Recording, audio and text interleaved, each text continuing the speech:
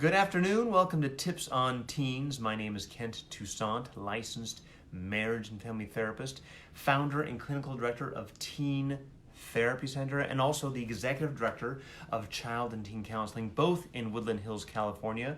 Coming to you live every Wednesday at noon to answer your parenting questions here on Tips on Teens. I'm going to jump into this week's question right away. Could you explain to me when I should be taking my son's threats seriously?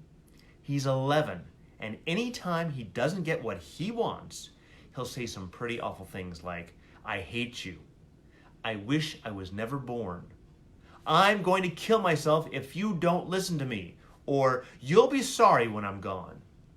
It's always when he doesn't get his way. To tell you the truth, he's desensitizing me to this language, and I no longer take it seriously because I think it's all manipulation.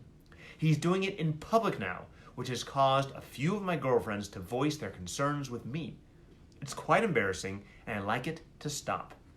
So there's a lot to this question.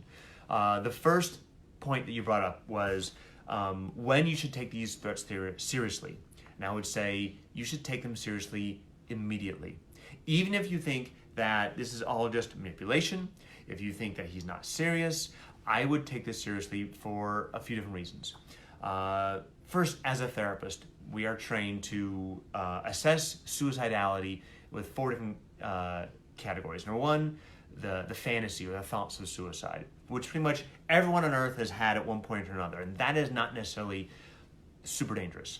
When you start getting to the other categories, that's when the danger starts getting up more. So it plans. Has he have plans? Does he voice that he's going to jump out of the car on the 405 freeway? Does he have plans of, taking medication and ODing, or, getting a rope and hanging himself, or getting into the gun locker and shooting himself? Does he start making those plans? Then we're getting very concerned and we need to take this seriously. The third part is means. Does he have the means to carry out these plans? Can he jump out of the 405 freeway? Yes, he probably can. Does he have access to the medication? Can he get to that rope? Can he get to those guns? Any way, any of those things, that's when the risk of suicide becomes very severe, and we need to take note. And so we have the plans, the means, and now the intent. And the intent is, does he want to do this? Now, intent can happen in a split second. Someone can go from not wanting to kill themselves to wanting to kill themselves in a moment's notice.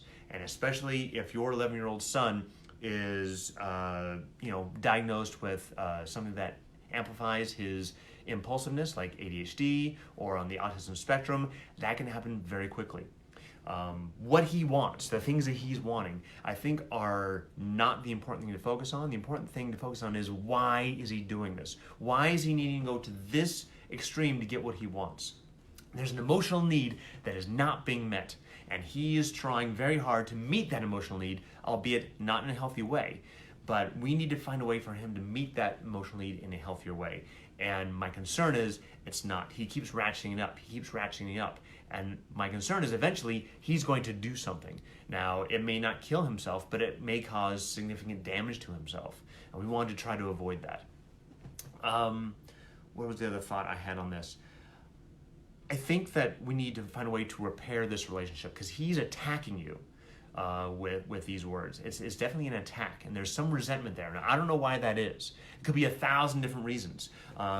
Could be there's a divorce, and you're the one stable parent who's still holding him to boundaries and still holding him to brushing his teeth and doing his homework and getting up on time, and maybe the other parent is not, and he's angry about the divorce and he's lashing out on you because you're the stable one, which is entirely possible.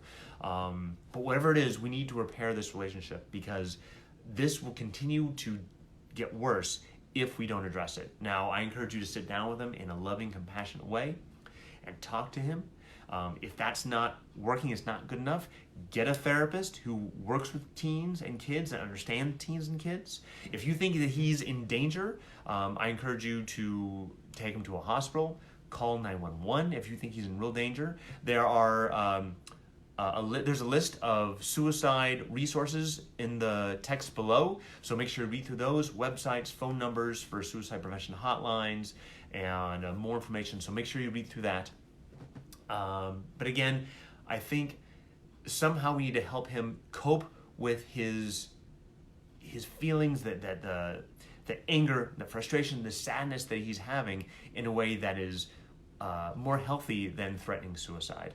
And my concern is if you dismiss it, then you're not really meeting his emotional needs. If you're assuming that he's just manipulating, then he's going to keep ratcheting things up until he gets your attention. So please take this seriously.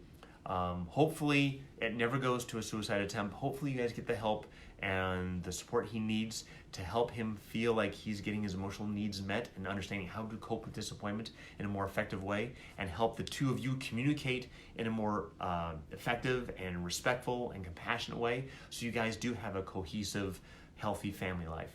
Anyways, again, this is a huge topic. We could talk for an hour about this and still not exhaust everything. But I just want to give you a tidbit of where I'm coming from. Please contact us if you have more questions about this topic. And if you have new questions you'd like us to answer every Wednesday at noon here on Facebook Live, please email us at tipsonteens@teentherapycenter.com or direct message us right here on Facebook. And we will see you next week.